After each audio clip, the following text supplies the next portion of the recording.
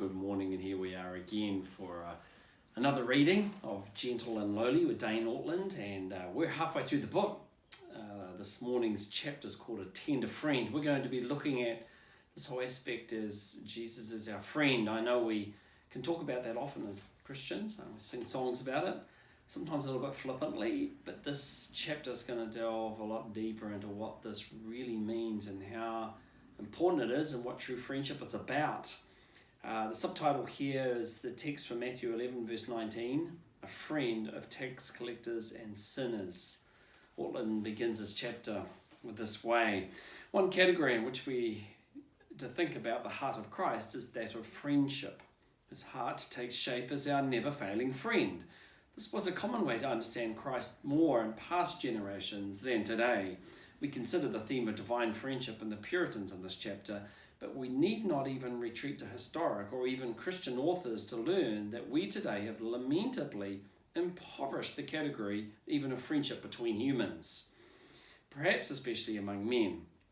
Richard Goodby, a professor of history at Virginia Commonwealth University, has shown through an extensive review of written correspondence that male friendship has been greatly diluted in the present time when compared with the richness of healthy, non-erotic affection between men in colonial America. But if we allow the world around us in our present cultural moment to dictate us the significance of friendship, not only do we lose out on the reality vital to human flourishing at the horizontal level, we lose out even worse on enjoying the friendship of Christ at a vertical level. One of the most interesting references to Christ's friendship comes just before the lodestar text of our study in Matthew 11 verses 28 to 30. In Matthew chapter 11 verse 19, Jesus quotes his accusers as contemptibly calling him a friend of tax collectors and sinners. That is, a friend of the most despicable kinds of sinners known in that culture. And as often the case in the Gospels, such as when the demons say, "I know who you are, the Holy One of God," Mark 1:24, or when Satan himself acknowledges Christ to be the Son of God in Luke 4 verse 9, it is not his disciples, but his antagonists who most clearly perceive who he is. Though the crowds call him the friend of sinners as an indictment, the label is one of unspeakable comfort for those who know themselves to be sinners. That Jesus is friend to sinners is only contemptible to those who feel themselves not to be in that category. What does it mean that Christ is a friend of sinners? Well, at the very least, it means that he enjoys spending time with them. It also means that they feel welcome and comfortable around him. Notice the passing line that starts off a series of parables in Luke. Now the tax collectors and sinners were all drawing near to him. Luke 15 verse 1. The very two groups of people whom Jesus is accused of befriending in Matthew 11 are those who can't stay away from him in Luke 15. They are at ease around him. They sense something different about him. Others hold them at arm's length, but Jesus offers the enticing intrigue of fresh hope. What he is really doing at bottom is pulling them into his heart. Consider your own relational circle. Doubtless the line of who your friends are could be drawn in varying places, like concentric circles narrowing into a bullseye. There are some people in our lives whose name we know, but they're really on the periphery of our affections. Others are closer to the middle, but perhaps not intimate friends. Continuing to move toward the centre, some of us are blessed to have a particularly close friend or two, someone who really knows and gets us, someone for whom it is simply a mutual delight to be in each other's company. To many of us, God has given us a spouse or as our closest earthly friend. Even walking through this brief thought experiment, of course, ignites pockets of mental pain. Some of us are forced to acknowledge that we do not have one true friend, someone we could go to with any problem, knowing we would not be turned away. Who in our lives do we feel safe with? Really safe? Safe enough to open up about everything? Here is the promise of the gospel and the message of the whole Bible. In Jesus Christ, we are given a friend who will always enjoy, rather than refuse, our presence. This is a companion whose embrace of us does not strengthen or weaken depending on how clean or unclean, how attractive or revolting, how faithful or fickle we presently are. The friendliness of his heart for us subjectively is as fixed and stable as the declaration of his justification of us objectively. Won't most of us admit that even with our best friends, we don't feel fully comfortable divulging everything about our lives? We like them and even love them and go on vacations with them and sing their praises to others, but we don't really, at the deepest heart level, entrust ourselves to them. Even in many of our marriages, we are friends of a sort, but we haven't got naked in soul the way we have in body. What if you had a friend at the centre of the bullseye of your relationship circle whom you knew would never raise his eyebrows at what you share with him, even the worst parts of you? All our human friendships have a limit to what they can withstand, but what if there was a friend with no limit, no ceiling on what he would put up with and still want to be with you? All the kinds and degrees of friendship meet in Christ, wrote Richard Sibbes. Consider the depiction of the risen Christ in Revelation chapter 3. There he says to a group of Christians who are wretched, pitiable, poor, blind and naked, "Behold, I stand at the door and knock. If anyone hears my voice and opens the door, what will he do? I will come into him and eat with him, and he with me." Verse 20. Jesus wants to come into you, wretched, pitiable, poor, blind, naked you, and enjoy meals together. Spend time with you. Deepen the acquaintance. With a good friend, you don't need to be constantly filling in the gaps of silence with words. You can just be warmly present together, quietly relishing each other's company. Mutual communion is the soul of all true friendship, wrote Goodwin, and a familiar converse with a friend has the greatest sweetness in it. We should not overly domesticate Jesus here. He is not just any friend. A few chapters earlier in Revelation, we see a depiction of Christ so overwhelming to John that he falls down immobilized. Chapter 1, verses 12 to 16. But neither should we dilute the humanness, the sheer relational desire clearly present in these words from the mouth of the risen Christ himself. He isn't waiting for you to trigger his heart. He is already at the door, knocking, wanting to come in to you. What's our job? Our duty, says Sibbes, is to accept of Christ's inviting of us. What will we do for him if we will not feast with him? But not only does a true friend pursue you, he allows you to pursue him, and he opens himself up to you without holding anything back. Have you ever noticed the particular point Jesus is making when he calls his disciples friends in John 15? On the verge of going to the cross, Jesus tells them, "No longer do I call you servants, for the servant does not know what his master is doing. But I have called you friends, for all that I have heard from my Father I have made known to you." John 15:15. Jesus' friends are those to whom he has opened up his deepest purposes. Jesus says he does not channel over to his disciples some of what his Father has told him. He tells them everything. There is nothing held back. He lets them completely in. Jesus' friends are welcome to come to him. Jonathan Edwards preached, "God in Christ allows such poor little creatures as you are to come to him, to love communion with him, and to maintain a communication of love with him.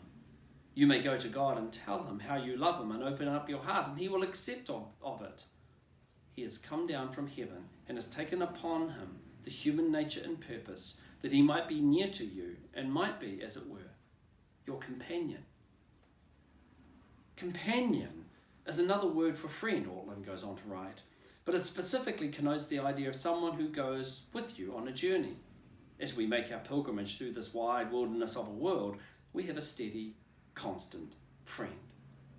What I'm trying to say in this chapter is that the heart of Christ not only heals our feelings of rejection with his embrace, not only corrects our sense of his harshness with a view of his gentleness, and not only changes our assumption of his aloofness into an awareness of his sympathy with us, but it also heals our aloneness with his sheer companionship. In Volume 2 of his works, Richard Sibbes reflects on what it means that Jesus Christ is our friend. Particularly striking is the common theme as he draws out several facets of the friendship of Christ to his people. That common theme is mutuality. In other words, Friendship is a two-way relationship of joy, comfort, and openness. That of peers is distinct from a one-way relationship, such as that of a king to a subject or a parent to a child. To be sure, Christ is indeed our ruler, our authority, the one to whom all allegiance and obedience are reverently due. Sibbes reminds us of that explicitly as he reflects on the friendship of Christ. As he is our friend, so he is our king, says Sibbes. But equally, and perhaps less obvious or intuitive to us, the condescension of God in the person of his Son means that he approaches us on our terms and befriends us for both his and our mutual delight. Consider the way Sibbes speaks of Christ's friendship with us. In friendship, writes Sibbes, there is mutual consent, a union of judgment and affections. There is mutual sympathy in all the good and ill of one another. There is liberty, which is in the life of friendship. There is a free intercourse between friends, a free opening of secrets. So here Christ opens his secrets to us and we to him. In friendship, there is mutual solace and comfort one in another. Christ delights himself in his love to the church, and his church delights herself in her love to Christ. In friendship, there is mutual honour and respect of one another. Ortlund writes, do you see the common strand? Notice the word mutual or the phrase one another throughout those various facets of Christ's friendship. The point is that he is with us, as one of us, sharing in our life and experience, and the love and comfort that are mutually enjoyed between friends are likewise enjoyed between Christ and us. In short, he relates to us as a person. Jesus is not the idea of friendship abstractly. He is an actual friend. It would be cruel to suggest that human friendship is irrelevant once one has been befriended by Christ. God made us for fellowship, for union of heart with other people. Everyone gets lonely, including introverts. But Christ's heart for us means that he will be our never failing friend, no matter what friends we do or do not enjoy on earth. He offers us a friendship that gets underneath the pain of our loneliness. While that pain does not go away, its sting is made fully bearable by the far deeper friendship of Jesus. He walks with us through every moment. He knows the pain of being betrayed by a friend, but he will never betray us. He will not even so much as coolly welcome us. That is not who he is. That is not his heart. Sibbes concludes the chapter. As his friendship is sweet, so it is constant in all conditions. If other friends fail, as friends may fail, yet this friend will never fail us. If we be not ashamed of him, he will never be ashamed of us. How comfortable would our life be if we could draw out the comfort that is in the title of Friend Affords. It is a comfortable, a fruitful, and eternal friendship. Well, once again, Ortlund plows really deep into the subject, doesn't he? And what it really means to have a friend and for Jesus to be our friend. So much comes out of this chapter. I was thinking through on that passage that he quoted from Revelation 3, and I remember having my eyes open to this some time ago. That verse, Revelation 3:20, is often used in gospel appeals. You may have heard them at the end of a service, at the end of a message, where Jesus says, behold, I stand at the door and knock, and if anyone opens the door, I will come in and eat with him and he with me. And we use that typically in a reference to salvation, an invitation to salvation, inviting Jesus in, you know. But actually in that passage, he's speaking to Christians. That is the context there. It is believers who think they've got it all together. They are spiritually rich. They've got everything they need. But Jesus says they're wretched, pitiable, poor, blind, and naked. And the reason they are spiritually poor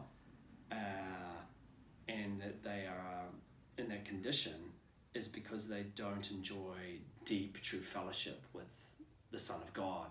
And Jesus is saying, I'm here at the door, open. And you see, so this passage applies just as much to believers, to Christians, as it does to non-believers. We have no lack of a heavenly friend. He is there. He just awaits our invitation to open that door. Also encouraging, I think, that as he talked about human friendships, and Ortlund fully acknowledges that we need human friendships. Even as if you have Jesus as your true friend, you need people around you, people with flesh and blood, right? But there's a limitation to how much they can be brought into your life and heart. Even the best human friendships, you cannot bear your soul completely to that person. You may not want to. But with Jesus, I can tell you from my life, I can bear my soul completely to him. I've come to know him deeply in a way that I can trust him with the deepest parts of my heart. And he is kind, and he is, he is gentle with you at those areas where you are most vulnerable and where you're most hurt. I love that. There's some great one-liners in this chapter. Jesus is not the idea of friendship abstractly. He is an actual friend. Gee, that's good. You know, it's one thing to sing about it, right? Sing these songs about Jesus being your friend. It's another that he actually is, and you know it and you experience that. That was a great line.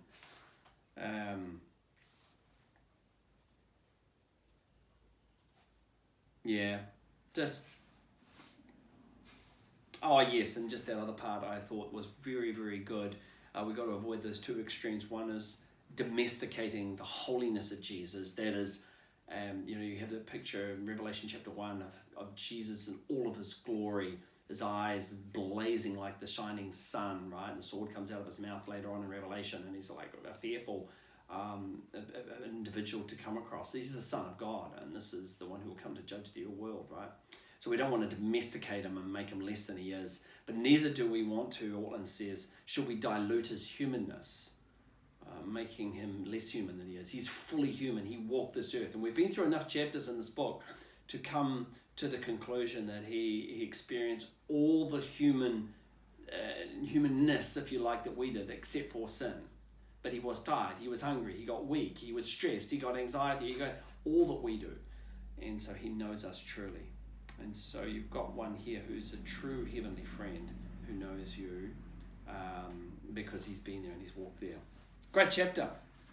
Tomorrow we're going to be looking at why the Spirit. So this is going to be an important one. The next chapter is on the Holy Spirit, and it actually brings the connection together of how it can be that you've got Jesus, our great high priest, at the Father's right hand, and yet how he can be so intimate with us here on earth. He seems so removed. How can he be so close? How can we be so aware of him? We can, because of the abiding and dwelling Spirit. So you're going to enjoy that chapter. We'll see you tomorrow, bright and early again. Have a great day.